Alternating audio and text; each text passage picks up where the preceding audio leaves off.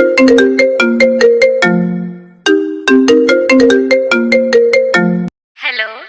अरे काहे गोरको सुबह के न्यूज देखलू ऐसा का खास रख सुबह के न्यूज में जी? तहरा के पर साल कहले रहनी कि भाग के बियाह कल तो तू कहत रहलू बाबू माई के शिकायत होई तो होई ना शिकायत।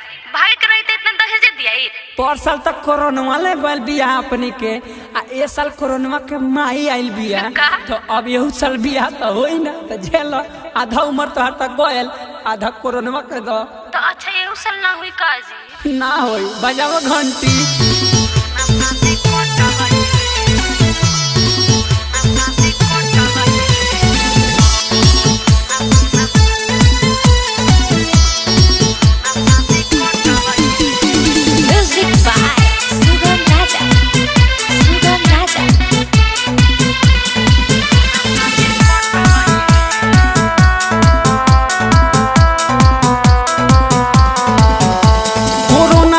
चलते शादी रुकल पर साल चढ़ते लगन साला आइले हो साल सब पूरा खानदान के संग आइल बा लड़का बच्चा ले ले। कोरोना के चलते शादी रुकल पर साल चढ़ते लगन साला आइले हो साल झिका छुकी पर लिया गई दहे रुवती माई रोज पिटले करे तकिया के हम सोइले।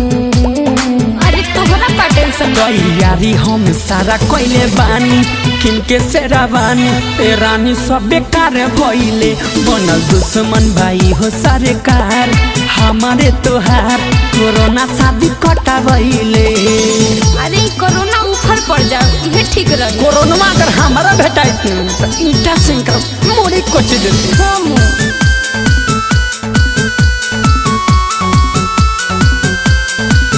हाथ साबुन से 4 बेर मलतानी तू मलरानी हम सैनिटाइजर रख ले बनी बिन पानी जैसे तड़पे मछरी हम तड़पतानी।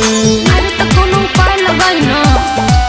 हाथ साबुन से 4 बेर मलतानी तू मलरानी बिन पानी जैसे तड़पे मछरी हम तड़पतानी। अरे हमार तो अपने 2-4 केस पाग गइल गरम से मारी कैसे खाई बा बीमारी ढलत का उमर अब आ जाई बुढ़ारी मटा मारी के राजा रहीले। ना मन तो भुगत यारी हम सारा कोइले बानी किनके सेरा बानी ए रानी सब बेकार भइले बनल दुश्मन भाई हो सरकार हमारे तोहार कोरोना शादी कटावइले। अरे ये कोरोना पता न का करवा के मानी पटीदारी के लोग हंसता कि तोहर बारात कब आई। हमारा पदारी के तो सब खुश बड़ा सन केहू साथ कर बियाह ना होई। अरे तू हंसता रह कि रोता रह? शादी चल कल भागी मंदिर में इहो उपाय बा पर्व मिलन ना बाबे तकदीर में बिना गाँव समाज के हम शादी ना करब। शादी चल कल भागी मंदिर में पर्व मिलन ना बाबे तकदीर में तब तक कुंवारे बुढ़ा जइबो।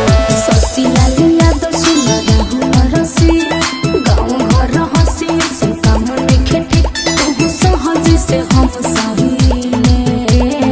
अब हमरा सुना सहाय तैयारी हम सारा कोइले बानी किनके सेरा बानी ए रानी सब बेकार भइले बनल दुश्मन भाई हो सरकार हमारे तोहार कोरोना शादी कटावइले।